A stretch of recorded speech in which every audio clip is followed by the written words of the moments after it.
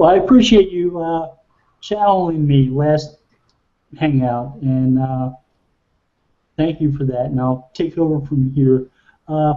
So there's supposedly, we've been told, there's no such thing as a duplicate content penalty at Google, but sometimes duplicate content is penalized. When does that happen?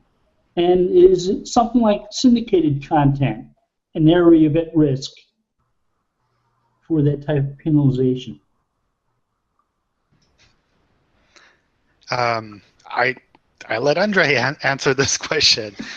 We need to have like some secret hand sign, I think. Yes, like that. Well, like I do this, that means you have to answer. No, you heard right. There is no duplicate content penalty. The rest of the question, because I focus on the first part, the penalty. No, there is no penalty. So that's easier. The rest of it, because the rest of it hinges on the assumption that there is, and since there isn't, I'm not sure how to answer the rest of it. You asking well, maybe I can chip in here a little bit. That there's no duplicate content penalty except when it's used in a spamful way to manipulate search results at Google.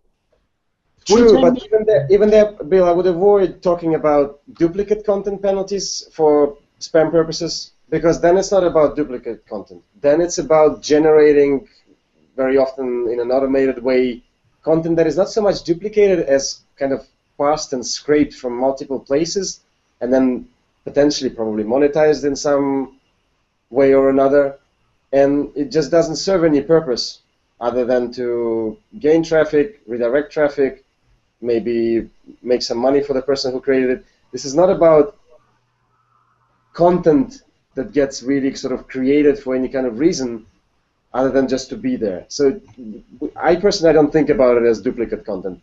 That's just spam. It's the same thing as saying that automatically created gibberish is some sort of a duplicate content of words that otherwise also exist.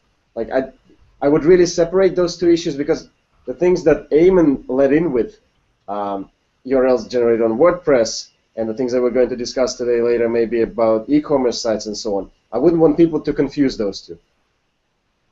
I asked this because once upon a time I was an administrator in the forum, and we got a lot of questions from people. And that was one of the common questions we received from people. Absolutely. Am I under a duplicate content penalty? Yeah. Well, people so wanted to know that often.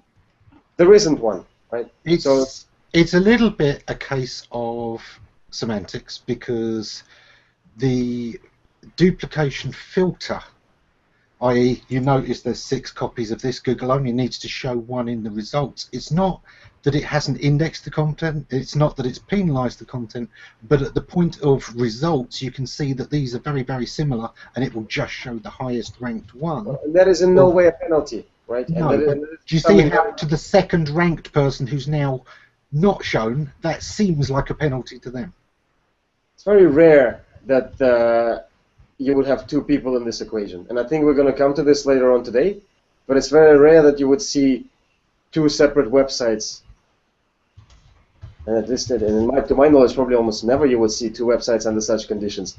When you're talking about URLs containing the same content, this is probably the same website we're talking about, you know?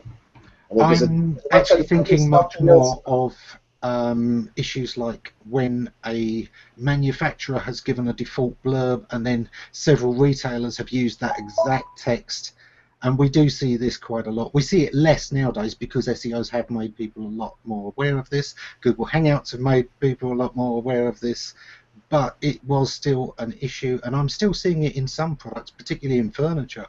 Often with designer furniture, the designer's description of that furniture is used across dozens of sites with very minor changes. Yeah, well, that is absolutely not a problem at all, either for furniture or consumer electronics or anything else you might want to use. I don't know, I mean, there's tons of stuff you could add to that.